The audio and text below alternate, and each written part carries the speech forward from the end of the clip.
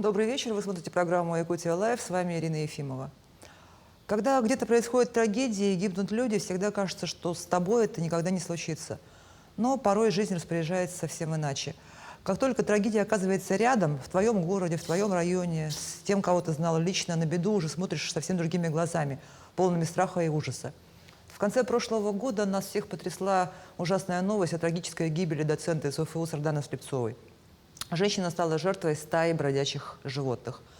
Приношу соболезнования родным и близким погибшей. Надеюсь, что больше таких трагедий не произойдет. Сегодня власти делают все возможное, чтобы не допустить повторения трагедии в Якутске. И сегодня у меня в студии глава городского округа города Якутск Евгений Григорьев, с которым мы обсудим все самые главные вопросы по этой тематике. Добрый вечер, Евгений Николаевич. Добрый вечер. Давайте сразу начнем с вопроса законодательства.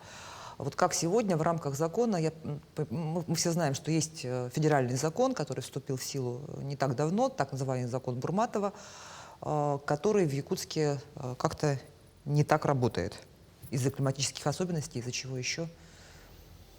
В целом в нашей стране с 2021 года в силу вступил 498 федеральный закон. На основании него сегодня во всей стране идет работа по процедуре ОСВВ. То есть федеральный закон определяет каждую республику, регион. Дальше уже процедура передается в части каких-то полномочий муниципалитетам. Городу Якутску от департамента ветеринарии переданы функции по отлову, стерилизации, вакцинации и обратному выпуску. Собственно говоря, по этому направлению городом Якутском ведется работа уже 2 года. Порядка 4500 собак мы отловили за 2 года, чуть более. И, значит, из этого количества собак нужно понимать, что 2300 собак были выпущены обратно на волю в течение 2 лет. И, значит, сама вот ситуация, когда собаки оказываются на улице, она, в принципе, привела к тому, что у нас по всей стране фиксируется рост количества собак на воле. А в связи с этим напрямую коррелируются те вопросы, которые возникают от большого количества собак на улице. Равно как нападение на людей, ухудшение санитарных условий, потому что все собаки у нас живут на улице, соответственно, питаются со свалок, с мусорок, все отходы их жизнедеятельности оказываются на улицах. И это тоже есть негативный момент. В целом могу сказать то, что вся работа, которая ведет сегодня окружная администрация, она соответствует федеральному закону, закону республики 1288. Но вместе с тем, сводку новостей со всей России вы, наверное, видите изо дня в день. Да, такие трагедии, нападения и так далее случаются в... Я думал изначально, что эта проблема больше касается нас, сибирских и дальневосточных городов, но после того, как был зафиксирован случай в Астрахани, я понял то, что это проблема всеобщего масштаба всей страны. Нужно отметить то, что на прошлой неделе власти города Магадана ввели ЧС по всему городу, уже чрезвычайную ситуацию с бродячими собаками связанной, и режим повышенной готовности введен на территории всего Приморского края. Да. То есть вопрос действительно уже стоит очень остро, и у многих руководителей не только городов, но и субъектов является главной темой в повестке рабочей. Я хочу напомнить, что мы работаем в прямом эфире, и задать вопрос можно, позвонив в студию по номеру 8 41 12 42 14 39 или отправить текстовое сообщение в WhatsApp на номер 8 914 235 05 02. А вот как велась работа с бездозорными животными до трагедии? То есть я понимаю, что этот закон, он нам запрещает собак отстреливать, да. Даже не отстреливать, а даже усыплять. Эвтаназия, отстрел, все это запрещено, да. Вот. То есть, если владелец может свое животное усыпить, да, то бесхозяйное животное, получается... Оно защищено законом, оно должно, у нас либо обратно выпущено на улицу, в естественную среду, на улице города, либо содержаться пожизненно в приютах. Только 2 варианта. Ну, я понимаю, что после трагедии вот это все усилилось, да, работа, но вот как велась работа до трагедии? То есть есть такие мнения, что вот начали шевелиться только после того, как человек пострадал там и так далее. В принципе, начиная с 2020 года еще стало понятно то, что количество собак на улице равно количеству рисков, которые могут возникнуть, особенно в периоды свадеб, так называемых собачьих. Поэтому окружной администрацией стабильно из года в год перед началом свадебных, значит, процессов у собак, которые по весне совпадают с трехмесячником санитарной очистки вот, с 1 февраля, и в ноябре месяце как планово проводится усиление. То есть в этом усилении мы привлекаем дополнительно к нашему подрядчику «Помоги выжить» благотворительному фонду силы наших предприятий муниципальных, территориальных органов управления. Выделяем дополнительную технику. Так, например, в ноябре мы выделили дополнительно 6 единиц техники для того, чтобы обеспечить еще больший охват отлова животных в городе Якутске. То есть мы из года в год проводим усиление. С усилением в марте мы, значит, отловили за месяц, в марте месяце 2021 года около 300 собак. В этом году усиление в ноябре месяце, которое было 29 ноября началось, порядка 500 собак отловили. Это в дополнение тому, что делает благотворительный фонд «Помоги выжить». Дополнительно собираются силы таких предприятий, как Якутдорстрой, Жилкомсервис, Горсвет, Управление делами. По сути дела, люди и предприятия, которые не должны этим заниматься, планово на усиление. И после того, как был введен ЧС, уже тогда все силы были брошены на это дело. Сейчас вы опять объявили ведь трехмесячник, да, с 1 февраля, Да. с сегодняшнего дня? Да. У нас с 1 февраля объявлен трехмесячник, в том числе по трехмесячнику будем работать также по собакам. А какую работу проводит Якутская городская дума сейчас совместно с вами? Вот насколько я знаю, что были общественные слушания во время брачных дней. Да, были проведены общественные слушания и Якутской городской думой, председателем Альбертом Никандровичем. Также было проведено публичное слушание, общественное обсуждение Общественной палатой города Якутска Андреем Анатольевичем Высоких. И были приглашены депутаты Государственной Думы. В целом, после всей этой проведенной работы, можно сказать, что мы с 4 депутатами Госдумы обсудили вопрос, внесли конкретные наши предложения, которые были услышаны. И сейчас, надеюсь, в том обсуждении, которое ожидается в стенах Государственной Думы, наши предложения будут услышаны. То есть, по сути, мы хотим, чтобы признали, что закон сырой, да?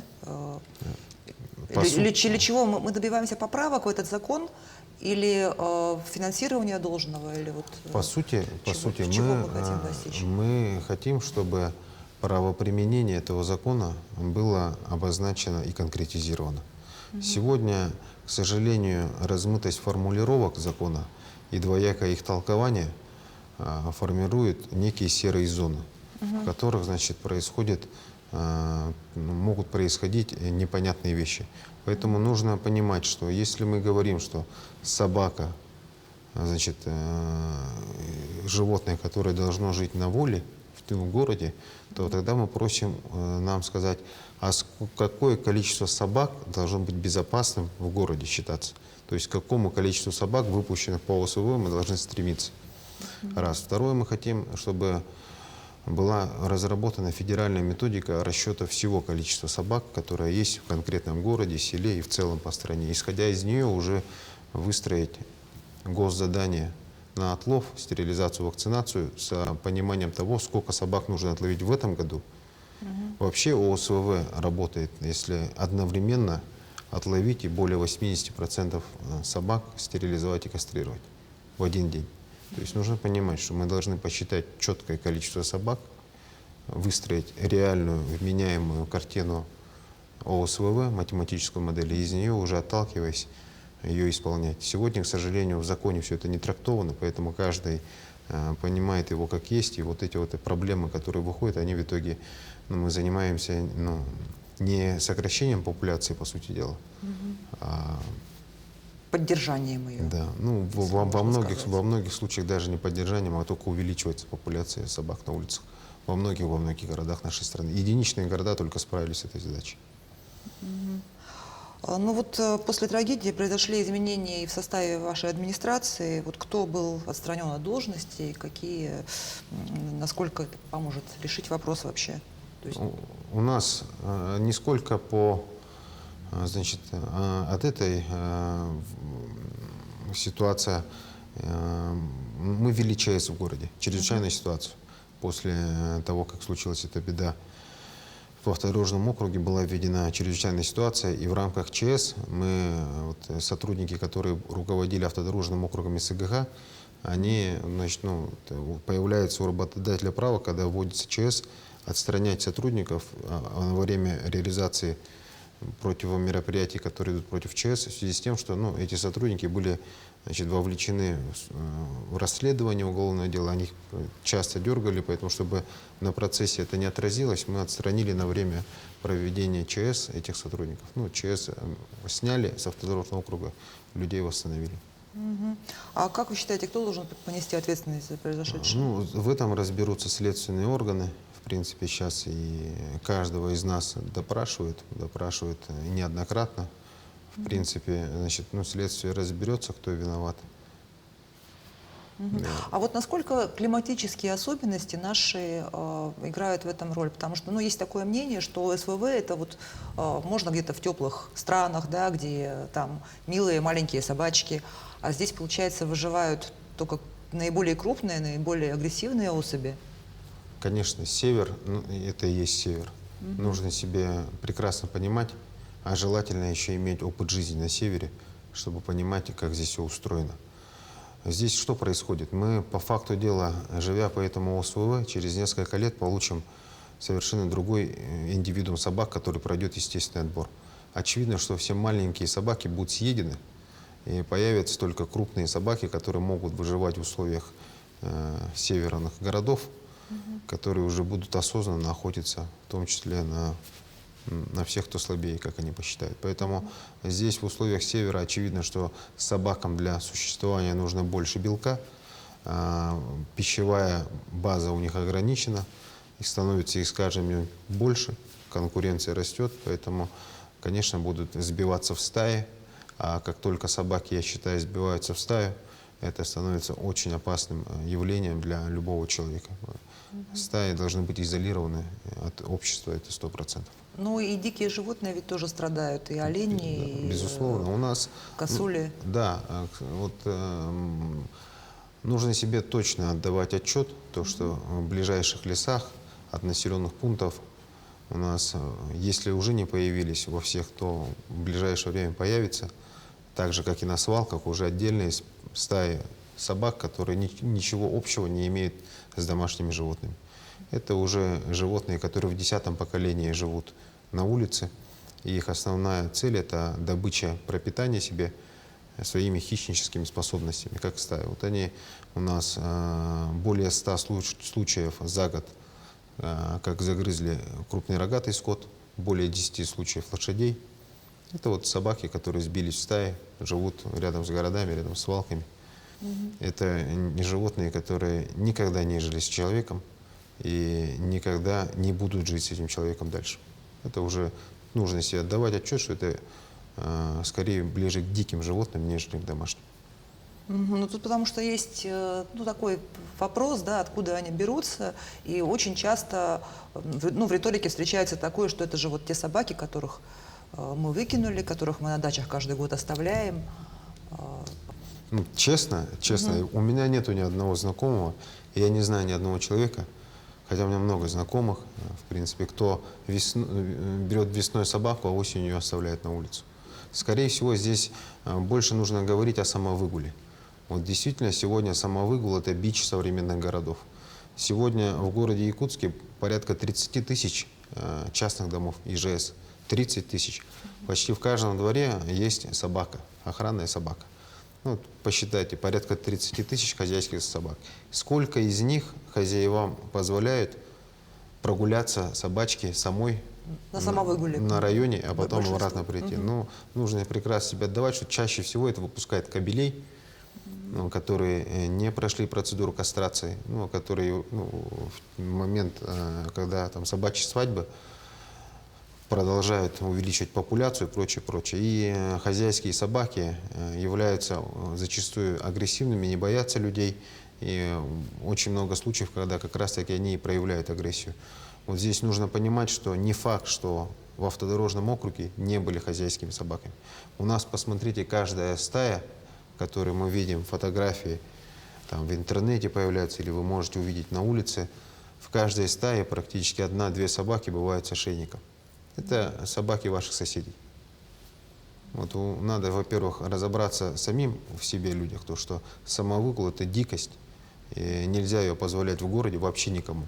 Но вот когда только начали процедуру чипирования, говорили, что вроде бы как это поможет справиться вот в том числе с проблемой самовыгула, если все хозяйские собаки будут чипированы и владельцы будут там подвергаться каким-то штрафам. Безусловно, я за то, чтобы у нас было максимально суровое наказание за то, что твоя собака находится на самовыгуле. У животного острые зубы, у животного физически есть возможность причинить максимальное увечье человеку, она не имеет права находиться без присмотра на улицу. Поэтому обязательно чипирование, постановка на учет собак, а также за отсутствие постановки на учет собаки штраф административный и за самовыгул административный штраф. Мы с такой инициативой обратились к депутатам Илтумена. К слову, нужно сказать, что по такой практике уже в Бурятии работают. У них есть в Кодексе об административных правонарушениях Республики Бурятия соответствующий штраф. Нам нужно вводить такие же штрафы, штрафы делать большими, от 5000 рублей. И тогда у людей будет понимание того, что это и рублем наказуемо. Сегодня, к сожалению, люди выпускают своих собак, их отлавливают, они с шумом, гамом приходят в пункт передержки животных и забирают свои животные с боем, как сказать. Вот, никаких штрафных санкций к ним не применяется. Вот мы с этого года начали, с конца прошлого года начали взимать у них плату за оказание услуги по отлову их собаки. И то это сегодня воспринимается, как будто бы кто-то на них наживается. Ну, это на самом деле хоть как-то, может быть, будет пока сдерживать людей от самовыгула. То есть это штраф для владельцев, да? Я вот просто вспоминаю, в соцсетях недавно муссировали вопрос о том, что люди хотели забрать собак из приюта по автодорожной, из пункта передержки, и с них потребовали деньги. Ну, то есть не свою собаку забирали, а просто хотели взять собаку. Нет, это абсолютно неправда. Сегодня нужно возместить деньги, если вы забираете свою собаку. Ну, если собака имеет явное ошейник, вы пришли, это ваша собака, вы хотите ее забрать, она находилась на самовыгуле, мы ее ловили, поймали, привезли, кормили, содержали, возместите деньги, значит, и заберите свою собаку. А так, то, что возьмет какой-то человек себе бездомную собаку в собственность, нет, оформляйте все документы, договор и бесплатно получаете собаку. Ну, раз мы заговорили о пункте передержки, вот можно подробнее, чем занимаются сотрудники, какие у них должностные обязанности, сколько там человек задействовано? Нужно разделять. Пункт передержки животного у нас большой, основной, на Очищенко 57. На автодорожной 1/4 у нас развернут временный пункт передержки животных. Он у нас развернут после того, как 30 числа вышло решение суда о том, что у нас отменяется обратный выпуск собак на естественную среду. И мы поняли, что к тому моменту находилось порядка 800 собак на Очищенко. Мы поняли, что с такими темпами у нас быстро забьется пункт передержки. Мы развернули временный пункт передержки в автодорожной. Там сегодня трудится 7 человек на автодорожной, на Очищенко 13 человек и еще 9 человек с УФСИНа привлечены по линии УФСИНа работают. Это люди, которые отбывают наказание. Я хочу еще раз напомнить номера телефонов, потому что мне в WhatsApp присылают сообщение, можно ли задать вопрос спикеру. Да, можно задать вопрос, отправив сообщение по номеру 8 914 235 0502 или позвонить в студию по номеру прямого эфира 8 41 12 42 14 39. Евгений Николаевич, мы заговорили о кормовой базе в том числе, да, и есть такое распространенное мнение, в интернете, по крайней мере, говорят, что эту проблему можно решить вот один раз, просто сделав закрытые мусорные баки. Вот. Что вы по этому поводу думаете? Закрытые мусорные баки у нас использовались, у нас используются значит, баки большие для частного сектора, в которых делаются деревянные перекрытия для того, чтобы собаки не запрыгивали. Отчасти это, конечно, значит, решает проблему, но нужно понимать, что и на тех, где у нас есть открытые баки, не везде они, значит, закрываются потом. Поэтому здесь нужно, конечно, постепенно просвещать население, значит, управляющей компании, рекоператора и, безусловно, делать все контейнеры закрывающиеся, раз. Второе, значит, не допускать того, чтобы у нас ну, несанкционированно появлялся свалки. У нас же проблема в том, что рядом с частным сектором периодически возникают несанкционированные свалки. Вот люди просто считают, что нормально, но зимой полежит, но животные там появляются. Поэтому здесь от каждого из нас зависит, как мы относимся, значит, к своему городу, как мы относимся к общему правилам поведения. И от этого все выстраивается в единую общую картину. Безусловно, использование таких вот с крышками – это необходимая мера, и к ней мы тоже идем. Я знаю, что во время праздников вот у вас было очень сильное усиление, да, все сотрудники буквально всех служб были направлены вот на борьбу с собаками. Сколько их было вот отловлено за январь и снизилось ли количество заявок от населения? Но с момента усиления, с момента введения ИЧС, скажем, усиление у нас было с 29 ноября. Вот с 29 ноября по 29 декабря за один месяц мы отловили 500 собак. И с 29 декабря, вот, по сути дела, за январь месяц мы отловили почти 800 собак. Ну, после режима ЧС, безусловно, отлов увеличился. А количество заявок снижается при этом или Количество заявок, если на прошлую неделю, если посмотреть, в среднем где-то за неделю 100 было заявок, то сейчас где-то 50. В 2 раза меньше заявок стало. нет? А сначала они увеличились, да? То есть Безусловно, люди... да. Сначала, как вот после введения ЧС, значит, люди, конечно, стали звонить. Ну, зачастую звонили много по одной и той же стае, по одной и той же собаке. Ну, это понятно, по каким причинам так было. Люди все были возбуждены. Сегодня потом усредненное значение достигло 100. Сейчас в целом 50. Уменьшилось количество заявок.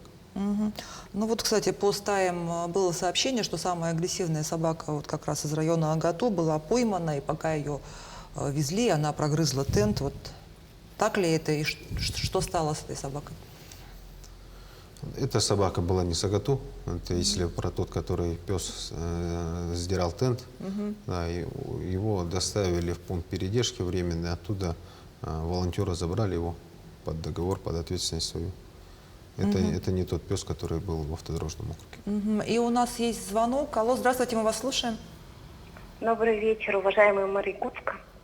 У меня такой вопрос. Я работаю на скорой помощи, и мы ездим по всему городу, по его пригородам. Вот я бы сказала, что где-то на 70% собак стало меньше у нас в Якутске в связи вот с этими трагическими последствиями. Но я бы предложила бы вообще как-то избавляться от этих собак. Может быть, этих собак как-то использовать, допустим, на собачий жир. Потом делать какие-то, ну, как унтики из собачьей шерсти. Мне кажется, пункты передержки – это пустая трата денег. Это мне так, я так думаю. И я думаю, что вы в какой-то степени со мной согласны. Все, да? Да, добрый вечер. Вашу точку зрения действительно разделяет очень большое количество населения не только нашего города, но, я думаю, в целом страны, поскольку процедура ОСВВ и дальнейшее пожизненное содержание – это очень затратная процедура в принципе. У нас нужно понимать, что то количество собак, которые мы сегодня содержим, а у нас сегодня содержится в 2 пунктах передержки 1200 собак, потребляет в день каждая собака на содержание порядка 300 рублей. И вот исходя из этого, нетрудно посчитать, что в год это будет более 126 миллионов рублей. Поэтому, значит, насколько мы готовы дальше еще отловить оставшиеся несколько тысяч собак по городу и содержать их, значит,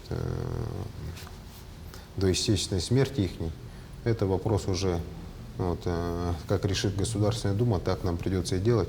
Сегодня мы уже значит, запросили у республиканских властей, у депутата Филтумена, у департамента ветеринарии 178 миллионов рублей, которые нам необходимы на содержание текущего количества собак в текущем 2022 году. Та сумма денег, которая сегодня у нас есть, она вот до конца, по сути дела, февраля и части марта месяца закончится, поскольку собак обратно не выпускаем. Вот пришел также вопрос на WhatsApp, откуда будут идти средства на содержание собак в приютах, вы на него, в принципе, ответили. И еще вопрос с фотографиями, с остановки ГРЭС, там стая из 6-7 собак, каждый день человек отправляет заявки, говорит, что стая продолжает бегать. На ГРЭС? На ГРЭС. На ГРЭС. Остановка ГРЭС. Ну, у нас нужно понимать, что Промышленный округ. у нас действует единая диспетчерская служба, у нас действует WhatsApp-приемная. Значит, и если вы туда обращались и обращаетесь, то каждая заявка фиксируется, далее она передается в территориальный орган управления, это все имеется журнал, есть единый продукт ЕДДС, в котором одновременно заявку видит сразу пункт передержки животных, наши территориальные органы управления, у которых уже у каждого есть свой подрядчик, поэтому все заявки фиксируются, в том числе та, которая по ГРЭСу. Ну, значит, если ее не отловили, то какая-то большая стая, может быть, или другая стая, но практически нет такого, чтобы какая-то их заявка игнорировалась. Обязательно происходит выезд, обязательно фиксация. У нас сейчас очень строго с этим. Евгений Николаевич, ну смотрите, вот в соцсетях, например, люди разделились, да, конкретно разделились на два лагеря, и очень много тех, кто высказывается негативно в адрес тех, кто ведет отлов животных, и ваш личный адрес, вот как вы на это реагируете? Есть ли там конструктивная критика какая-то? Как правило, 99% далекие от конструктивного диалога. Это радикальная точка зрения о том, что все мы, значит, те, кто ведем отлов, ведем это, делаем неправильно, и, значит, не надо трогать собачек и прочее, прочее. Нужно прекрасно понимать, что большая львиная часть этих сообщений не из Якутии. Люди не понимают наш уклад, наш быт, наши повседневные проблемы. Поэтому я стараюсь не реагировать на них вообще, в принципе, от слова. Пока они не коснутся, значит, наших общенациональных интересов, либо они, значит, носят откровенный экстремистский характер, я на это не реагирую. Я не реагирую, когда меня лично они как-то затрагивают. Но вот по всем вопросам, которые связаны с достоинством нас, как жителей города Якутска, или же отдельно прям нашей нации, там вот строго идут националистические высказывания, я прошу все структуры наши реагировать, сразу обращаться в органы правоохранительные. Но считаю, что такие люди должны быть наказываться, потому что никто не дает права им оскорблять нас. И за этим надо очень сильно следить. А с точки зрения конструктивного диалога, мы всегда готовы к конструктивному диалогу. В целом, значит, обращаются граждане, у которых есть предложения. Это есть и зоологи, кинологи, которые, в принципе, значит, поддерживают идеей, то, что много, значит, нюансов, которые сегодня нужно менять в законодательстве. Значит, были предложения по части отлова, там, изготовлению наших устройств новых. Это вот все совместно с кинологами. Но ведь защитники тоже, они бывают разные, да, бывают волонтеры, которые действительно убирают собак с улиц, и люди, которые просто пытаются... Вот, кстати, есть такое мнение еще, что многие пытаются на этом сделать деньги, в частности, сейчас на вывозе собак из Якутска массовом. Наверное, здесь нужно разделять для себя. Есть зоозащитники, которые в целом, как явление, очень правильные. Когда люди защищают животных в целом, в широком понимании, экосистему защищают, природу защищают, это правильно. Но когда люди в интересах собак начинают, значит, задевать интересы людей, задевать интересы не только людей, но и других животных, скажем, да, там же ваши права заканчиваются ровно там, где вы заходите в интересы других людей. Поэтому здесь нужно разделять. Совсем радикализированных очень тоже много, значит, групп. Здесь нужно четко понимать, что для кого-то это, как правило, бизнес, и с точки зрения, значит, их интересов, я не вникал в каждый из них, но нужно понимать, что в принципе, вопрос, связанный с сегодняшним обеспечением всего этого, это многие-многие миллиарды в размерах всей нашей страны.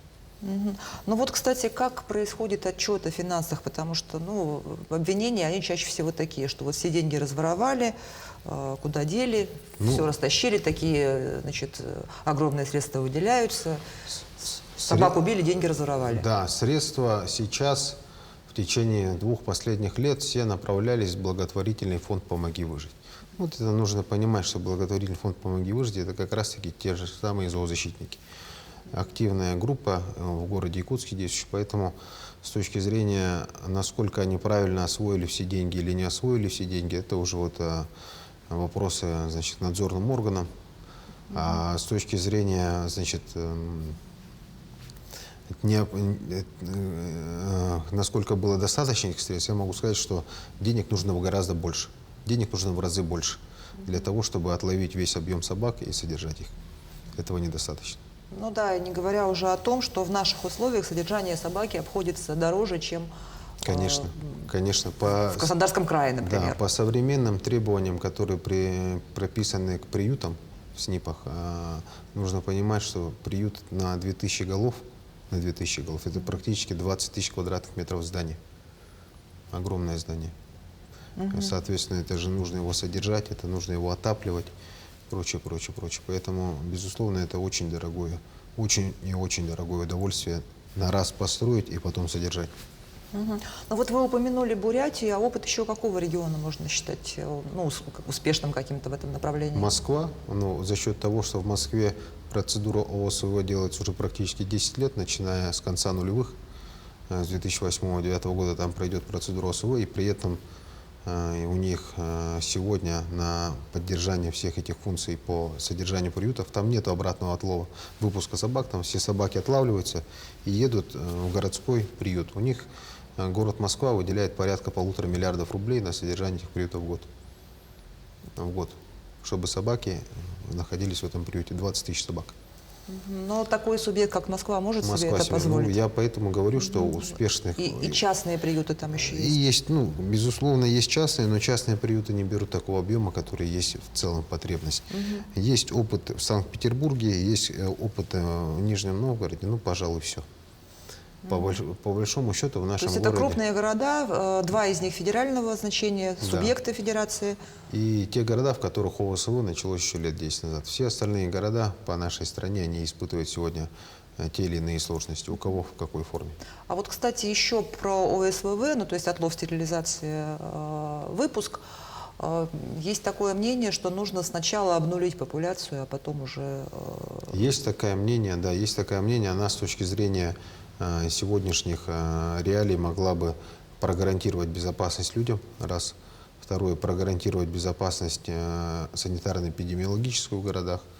Поэтому, в принципе, она имела бы характер. Ну, нужно прекрасно себе отдавать отчет, то, что раньше, до 2020 года, в принципе, то же самое и проходило. Ежегодно порядка 4000 собак с улиц города убиралось безвозвратно. Но они из года в год восстанавливались. Поэтому нужно понимать, что даже если мы завтра уберем, то постепенно с ОСВ она тоже будет восстанавливаться. Поэтому этот процесс, он должен быть цикличный. Очевидно, что занимаясь только ОСВ, удержать популяцию собак на должном уровне, это будет очень тяжелая задача. Поэтому нужно, чтобы в разработку этого закона были вовлечены обязательно кинологи, зоологи, а не только, значит, люди, которые прозвали себя зоозащитниками, и, значит, там, не относящиеся к профессии.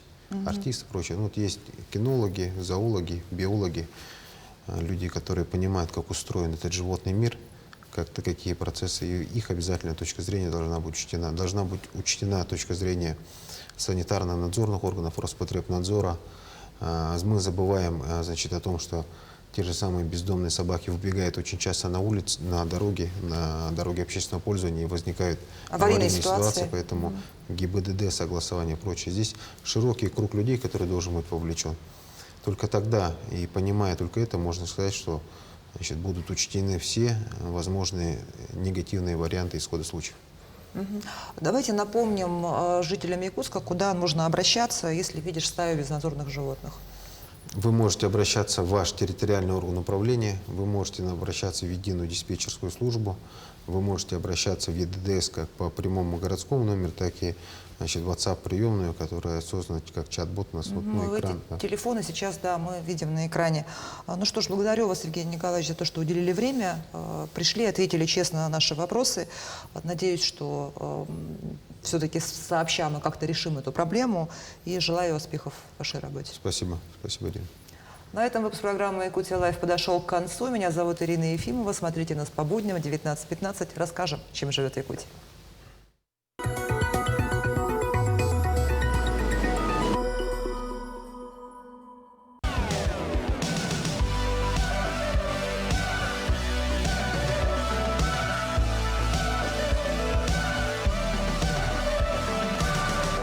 Джинса с нами теплее.